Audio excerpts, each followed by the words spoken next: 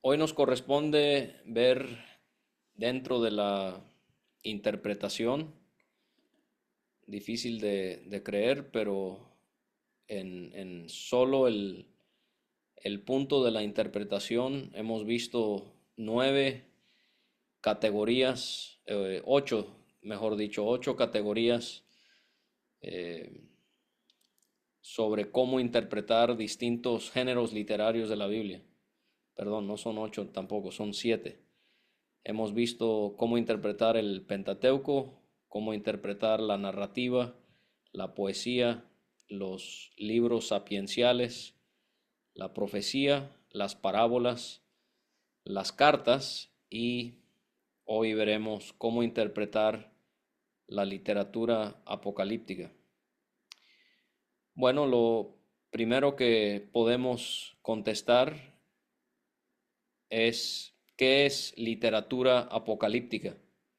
Quizás no estamos tan familiarizados con este término, pero se van a dar cuenta que ya sabían realmente qué es la literatura apocalíptica, aunque quizás eh, con este nuevo concepto, pero o quizás sí hay un aspecto de la literatura apocalíptica que no consideramos, pero esto lo vamos a ver en unos momentos. Entonces, la literatura apocalíptica es un género literario en la Biblia que se centra en los eventos relacionados a los últimos tiempos.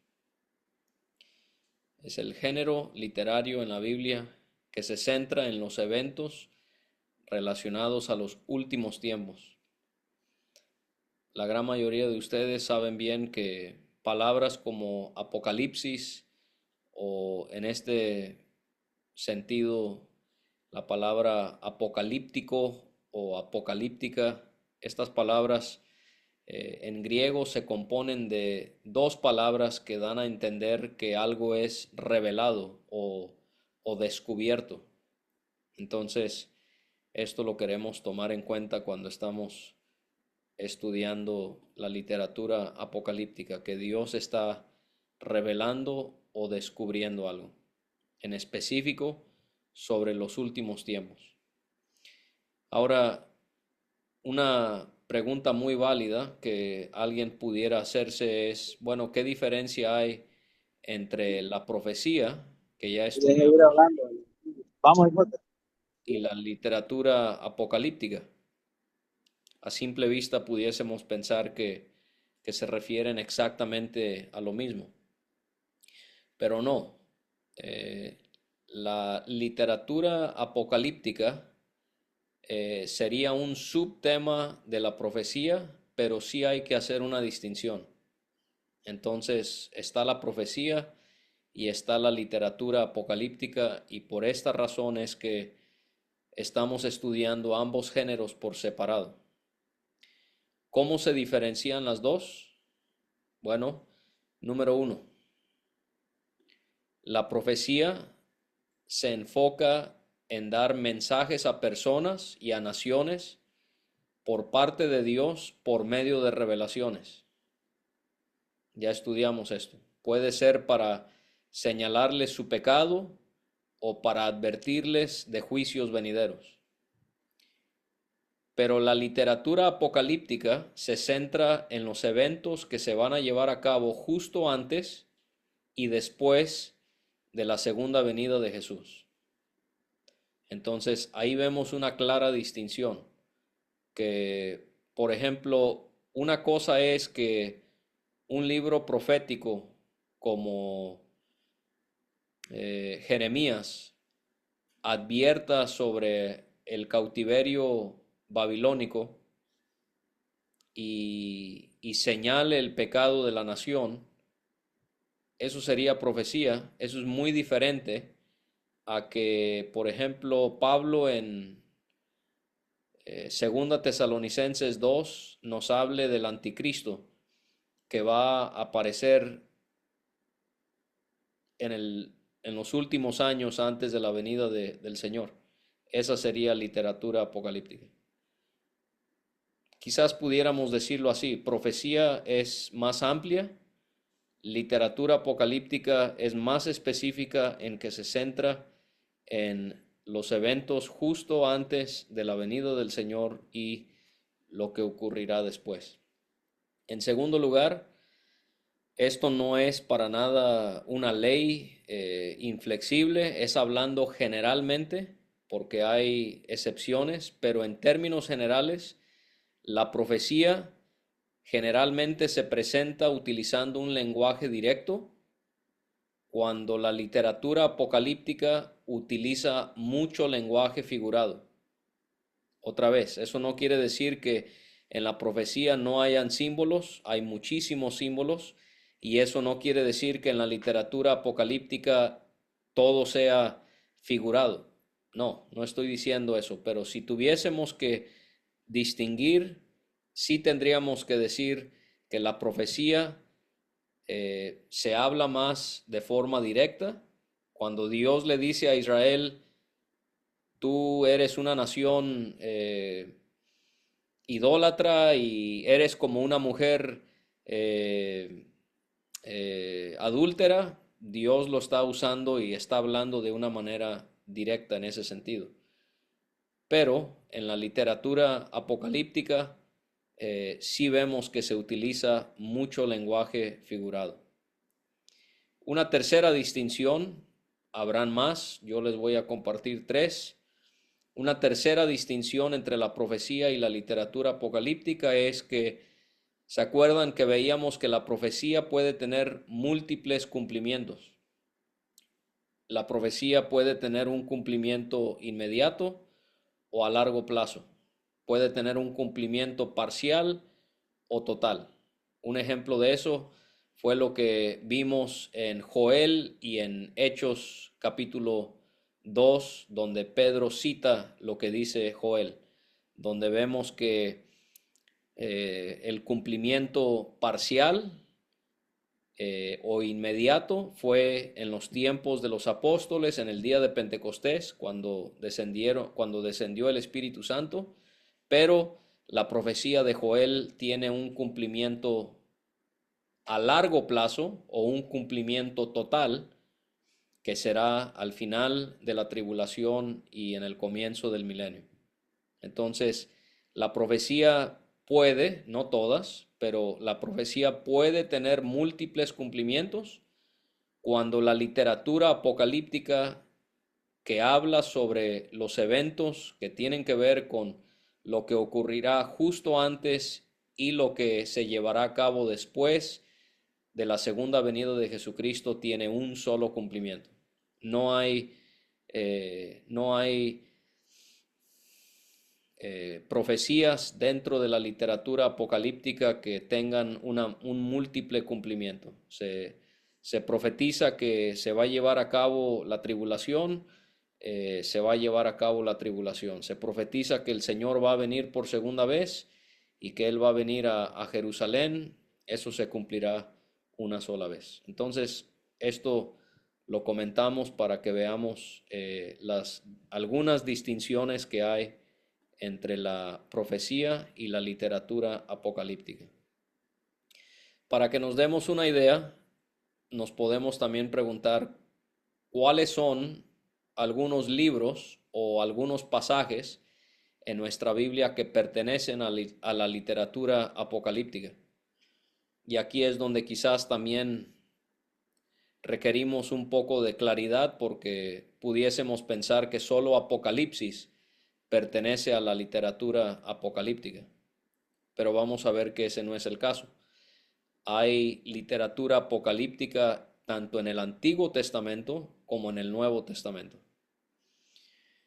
Y debo mencionar, y no lo voy a ver, ustedes lo pueden ver a detalle en su tiempo personal, pero en el judaísmo, entre los judíos, la literatura apocalíptica es muy común, más allá de los libros canónicos, los libros inspirados por el Espíritu Santo.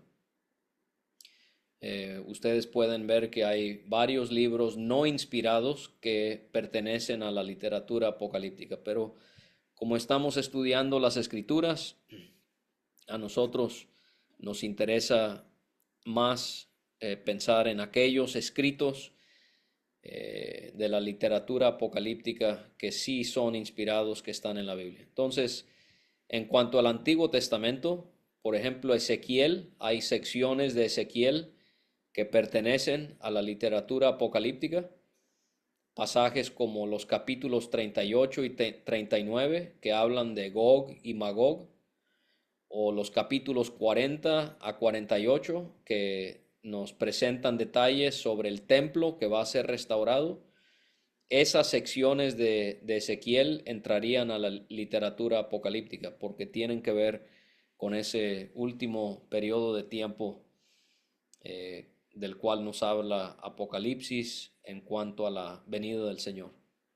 Daniel sería otro ejemplo. En los capítulos 7 a 12 se nos habla sobre temas como las 4 bestias, la visión del carnero y el macho cabrío, las 70 semanas, la visión que Daniel recibe junto al río, lo que él profetiza en cuanto a los reyes del norte y el sur, y otros eventos que se llevarán a cabo en el tiempo del fin. Esa sección de Daniel pertenece también a la literatura apocalíptica. Isaías también contiene literatura apocalíptica. Por ejemplo, los capítulos 24 a 27 nos presenta información acerca de los juicios que se van a ver durante la tierra y también cómo es que el remanente de Dios será restaurado a él y a la tierra. Entonces, esa sección de Isaías pertenece a la literatura apocalíptica. Joel también contiene literatura apocalíptica. Por ejemplo, el capítulo 2 nos habla sobre eventos que se van a llevar a cabo durante el día del Señor, que sabemos que es la tribulación. Zacarías, del capítulo 9 al 14, también nos habla sobre eventos que ocurrirán durante la tribulación. Esos son algunos ejemplos en cuanto al Antiguo Testamento. En el Nuevo Testamento podemos pensar inicialmente en los evangelios. Mencionamos esto la semana pasada. La parte final de Mateo, de Marcos y de Lucas contiene literatura apocalíptica, porque el Señor, antes de ir al madero del Calvario, Él profetizó sobre distintas cosas que se llevarán a cabo en torno a su segunda venida. Mateo 24 y 25, Marcos 13, Lucas 21. Estos pasajes entran en la categoría de la literatura apocalíptica. Entonces, en cuanto a los evangelios, eso es lo que pudiésemos comentar. Podemos también incluir aquí en la literatura apocalíptica porciones de primera y segunda de Tesalonicenses, donde Pablo en estas dos cartas escribe a estos hermanos en Grecia, en la ciudad de Tesalónica, y él también dedica secciones de esas epístolas a temas de la tribulación y la segunda venida de nuestro Señor. Y obviamente el libro de Apocalipsis tendría que ser incluido en la literatura apocalíptica. Apocalipsis en su totalidad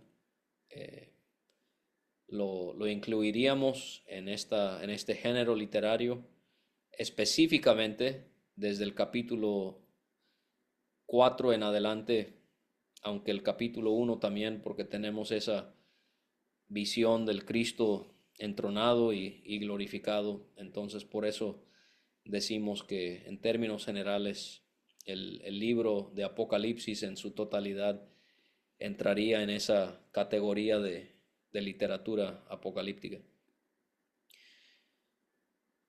Ahora quiero que pensemos en cuáles son algunas características claves de la literatura apocalíptica, o sea, cuáles son cosas que debemos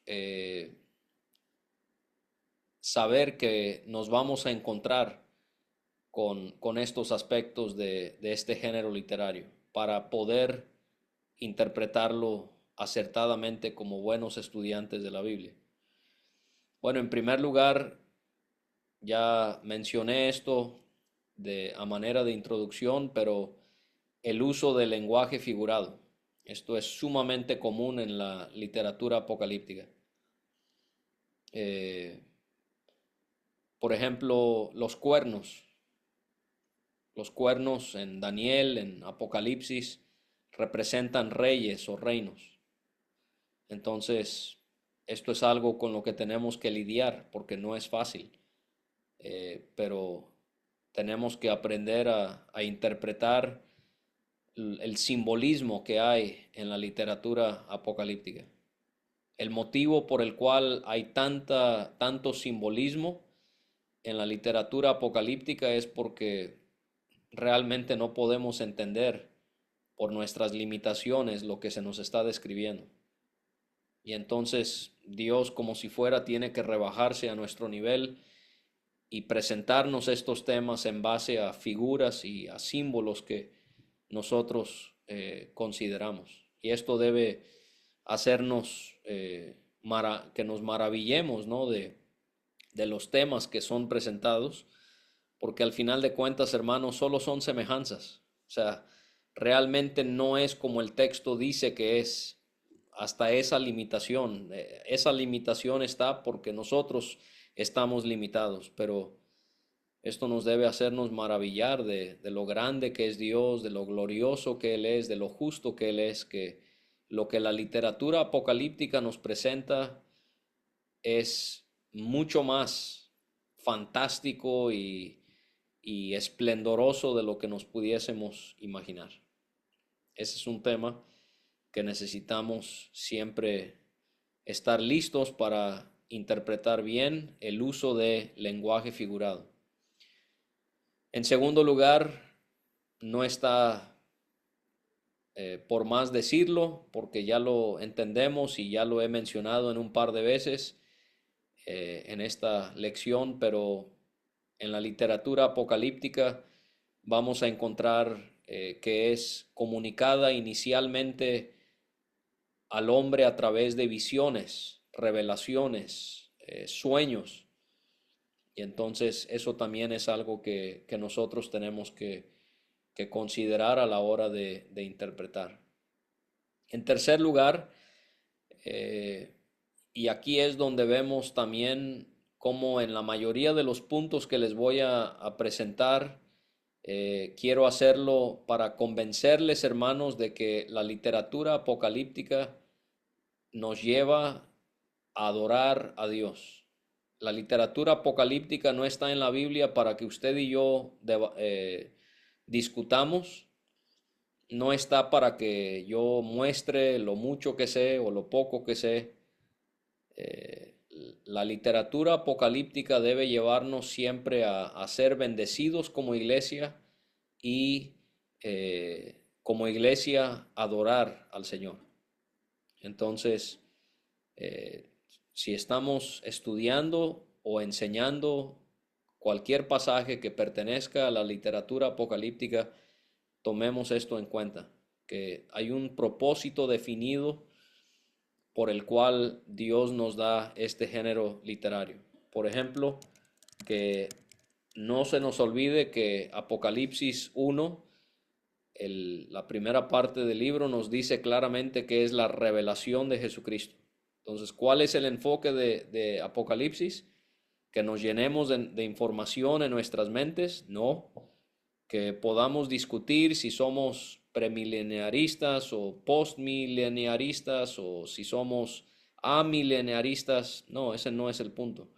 El punto es que admiremos más la gloria del Señor y podamos adorarle. Entonces, en tercer lugar, la literatura apocalíptica comúnmente presenta un dualismo, lo que se llama un dualismo de épocas, donde se contrasta este mundo perverso en el que vivimos con un futuro de salvación y de justicia divina.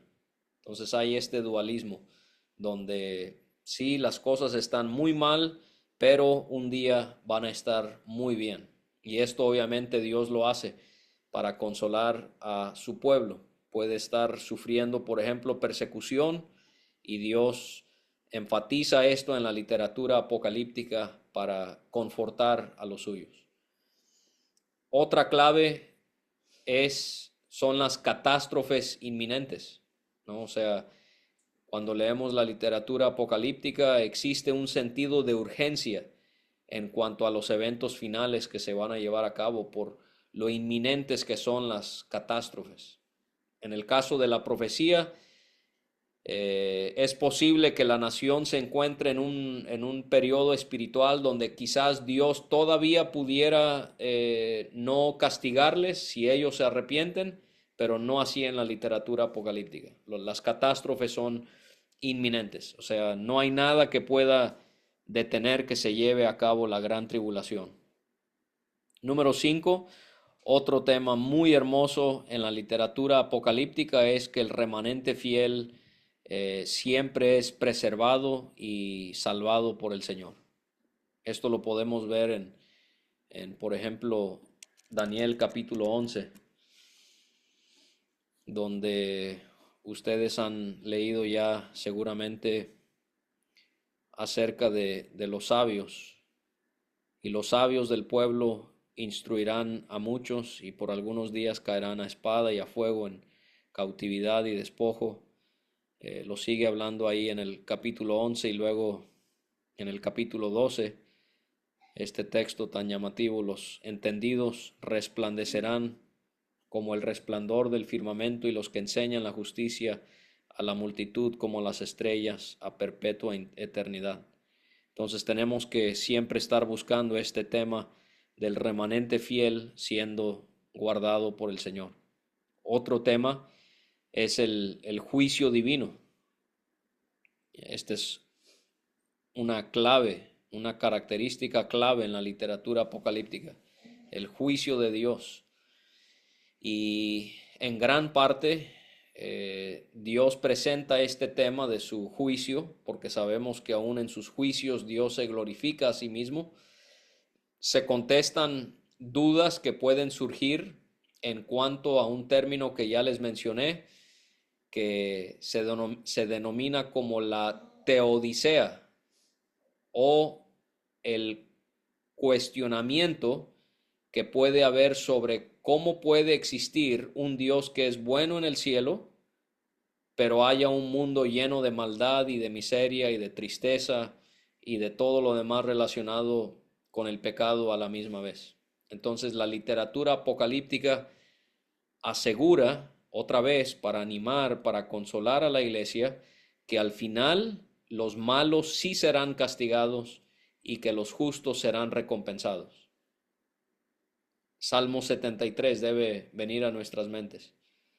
En gracia, más gracia, pueden escuchar un sermón que dio mi papá recientemente sobre este salmo.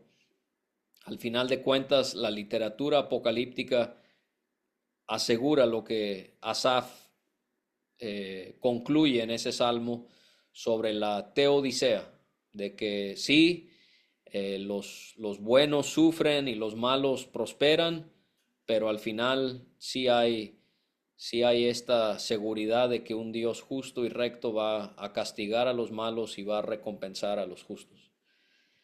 Número 7, también en cuanto a esto, muy aunado a lo que hemos visto en la literatura apocalíptica, es muy marcada esta esperanza escatológica, ¿sí? O sea, siempre la literatura apocalíptica busca darle esperanza a los redimidos, de que el mal va a ser vencido y de que los rectos, los redimidos del Señor van a reinar junto a Cristo en una justicia continua, eterna.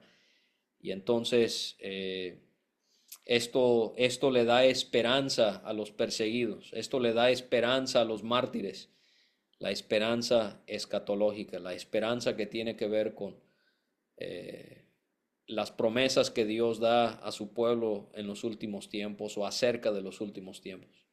Número 8, absolutamente crucial, las visiones celestiales. Esto es algo fascinante que hace Dios. En la literatura apocalíptica, cuántas veces nos presenta escenas del salón de su trono. Y esto lo vemos al inicio de Ezequiel, lo vemos en Apocalipsis. Y Dios, como si fuera, nos abre la vista para que nosotros por lo menos podamos ver una semejanza de lo que es su presencia en toda su gloria y todo su esplendor. Y esto obviamente anima al peregrino a andar en pureza, en sufrir bien, en ser fiel hasta el final, sabiendo que lo que se le demuestra simbólicamente un día va a ser su realidad. Y entonces estas visiones celestiales son absolutamente increíbles y ciertamente son un bálsamo para cada cristiano que espera todo lo que promete la literatura apocalíptica. Número 9, en cuanto a características claves, son asuntos históricos, culturales o arqueológicos del tiempo en el que se escribió. Por ejemplo, Apocalipsis 3, 15 a 16, lo que el Señor le dice a la iglesia en la Odisea en cuanto a su estado espiritual. Bueno, si consideramos el agua física de la Odisea, vamos a poder entender por qué es que el Señor les habló de esa manera. Y entonces, esto es lo que queremos siempre considerar en la literatura apocalíptica, es ¿qué puedo yo aprender de la historia, de la cultura o de la arqueología que me ayude a entender el motivo por el cual se está diciendo tal cosa? Sí, o sea, pensar en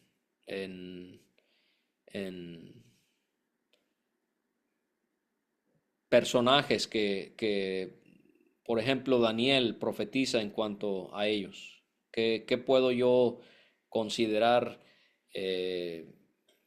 ¿Será que Daniel está profetizando en cuanto a Antíoco Epífanes? Bueno, ¿quién fue ese hombre?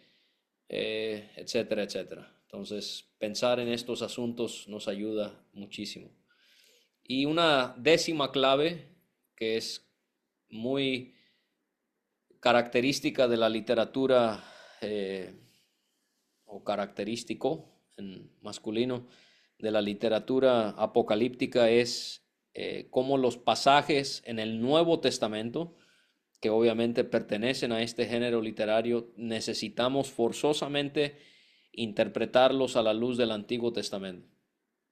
Apocalipsis es un claro ejemplo de esto, porque a pesar de que no tiene muchas citas directas del Antiguo Testamento, posiblemente solo un par, pero está repleto el libro de alusiones, donde es una muestra magistral de la perfecta unidad que hay en la palabra de Dios, que en el último libro de la Biblia, a pesar de que está hablando de ya los últimos años de este mundo, aún así casi que no se pueden leer 2, 3 versículos sin ver que hay una alusión al Antiguo Testamento.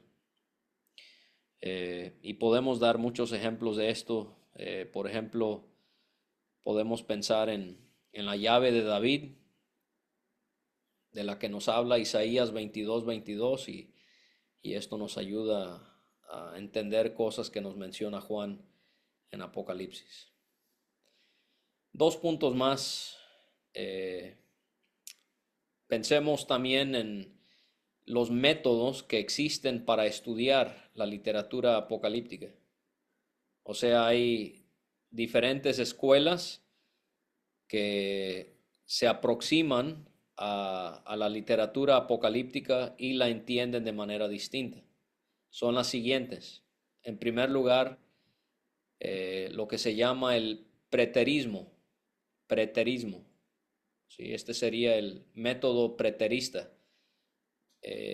Los que entienden Apocalipsis de esta manera, ellos verían que los eventos que son descritos se llevaron a cabo durante el tiempo en el que vivió el autor. ¿Sí? Entonces ellos consideran que cuando la literatura apocalíptica habla de ciertos eventos, estos eventos ya se cumplieron en el tiempo en el que vivió el autor, principalmente con la destrucción de Jerusalén en el año 70 después de Cristo, como sabemos, a manos de los romanos. Preterismo. Número 2, futurismo. Futurismo.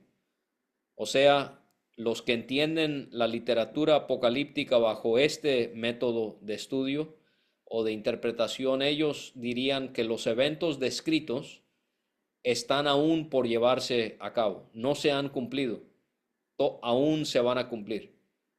O sea, el rapto, la tribulación, la segunda venida, la destrucción total del maligno son eventos que aún se van a llevar a cabo. Futurismo es la idea de que la mayor parte de la literatura apocalíptica se va a cumplir en el futuro, no en el pasado como el preterismo, sino en el futuro. Por eso el nombre futurismo.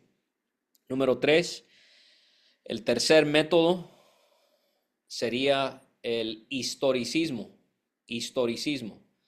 Los que entienden la literatura apocalíptica bajo esta perspectiva del historicismo, ellos dirían que los eventos descritos simbolizan eventos históricos. ¿Sí? Entonces ellos se basan mucho en la simbología. Por ejemplo, la bestia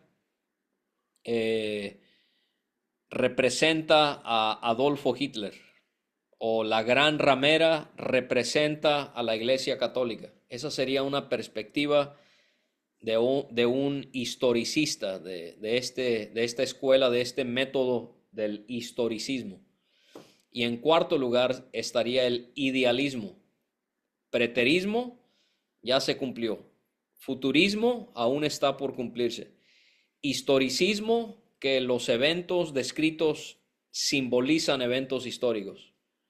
Y en cuarto lugar, el idealismo, o sea, los eventos descritos no simbolizan eventos en sí, sino verdades espirituales.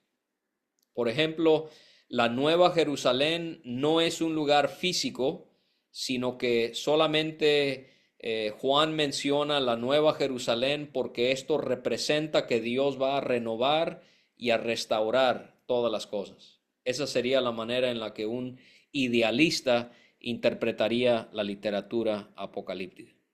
Ya lo que ustedes consideren cuál de esas sea el método adecuado, eso ya es decisión de cada persona a la luz de lo que guía el Espíritu Santo, lo que dice la Escritura y a través del estudio y la oración. Y para terminar, algunas observaciones muy generales sobre cómo interpretar la literatura apocalíptica. Bueno, como con todo otro género literario, necesitamos interpretar el pasaje de acuerdo a su contexto literario e histórico. ¿Cuáles son las palabras alrededor del texto que estoy estudiando que me ayudan a entenderlo? ¿Cuáles son los eventos alrededor del pasaje que estoy estudiando que me ayudan a comprender esta porción en específico que estoy estudiando de la literatura apocalíptica? Entonces no podemos omitir este paso, considerar el contexto literario e histórico de un pasaje en específico. Número 2, debemos interpretar el pasaje, como ya hemos también estudiado, analizando las observaciones que hemos realizado a esa porción. Hacer una lista de todas las observaciones que podemos hacer en cuanto al texto, para que no se nos vaya ningún detalle que es mencionado. En tercer lugar, este es clave. Sabemos que buscamos interpretar la escritura desde una óptica literal, gramática e histórica. ¿Sí?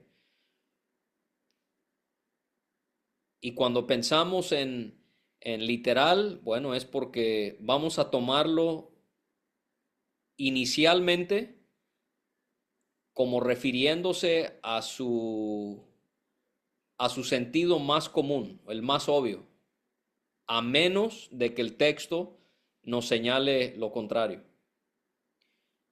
Y eso es lo que tenemos que hacer. Debemos interpretar literalmente cuando el texto así lo señale, o debemos interpretar figurativamente el texto cuando el texto así lo señale. Por ejemplo, si Juan me dice que de la boca de Jesucristo sale una espada, sería eh, sería extraño decir que literalmente hay una espada que sale de Jesús y que cuando yo lo vea en la gloria voy a ver una espada saliendo de su boca. ¿Sí? Hebreos capítulo 4, versículo 12, Efesios 6, me harían ver que la espada representaría más bien la autoridad de su palabra. No es una espada física, sino es la autoridad de su palabra.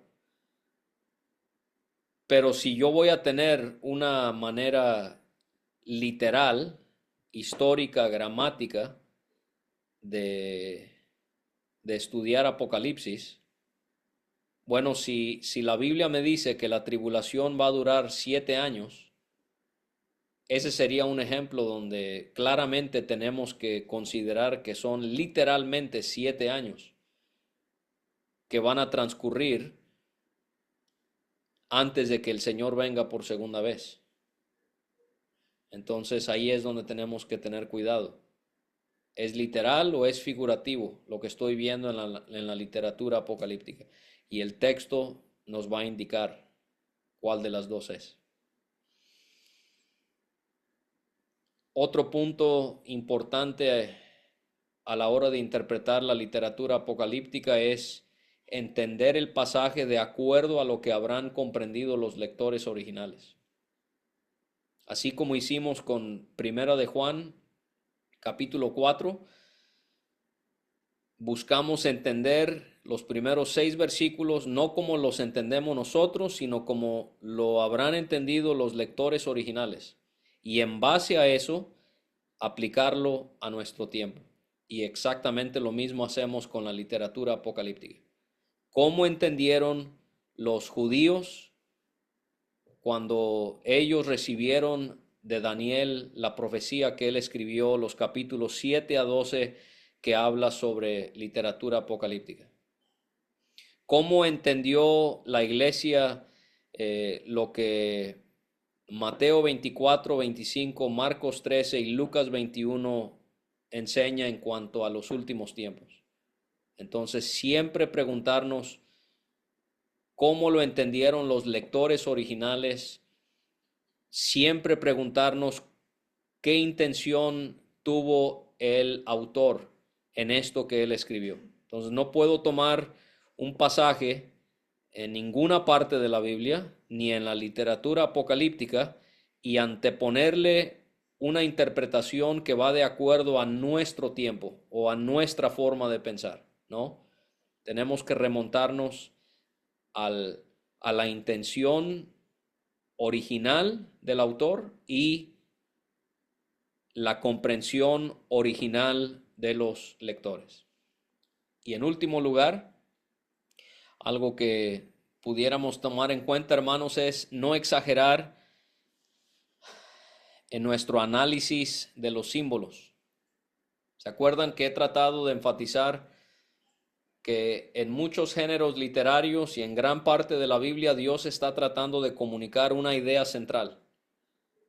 Y a veces podemos distraernos con los datos secundarios y tratar de entender todo cuando realmente solo son componentes secundarios dentro de una idea central que Dios está tratando de mostrarnos. Entonces tenemos que siempre mantenernos enfocados en lo que es central, en lo que es prioritario. Un ejemplo, Apocalipsis 9, los caballos que son descritos ahí. ¿Sí? ¿Cuál es la idea central? de la descripción de todos esos caballos que representan demonios. No busquemos, hermanos, tener que forzosamente ver qué es lo que significa o qué representa, qué simboliza el hecho de que tienen cabello de mujer, o que tienen dientes de león, o que tienen colas de escorpiones. Todos esos son datos secundarios que sirven a la idea central, que es que estos son seres fuera de sí, son satánicos, son demonios que son feroces, que son increíblemente violentos y poderosos. Y hasta ahí. No vamos a, bueno, el cabello de mujer, todo esto y dientes de león, toda esta explicación, colas de escorpiones, no, tenemos que mantenernos enfocados, no, eso es importante porque el texto lo señala, pero la idea central es que estos son demonios que vemos representados en estos seres descritos ahí en Apocalipsis capítulo 9. Así que esto es lo que quería compartirles en cuanto a cómo interpretar la literatura apocalíptica, y espero que les pueda ser de una pequeña ayuda.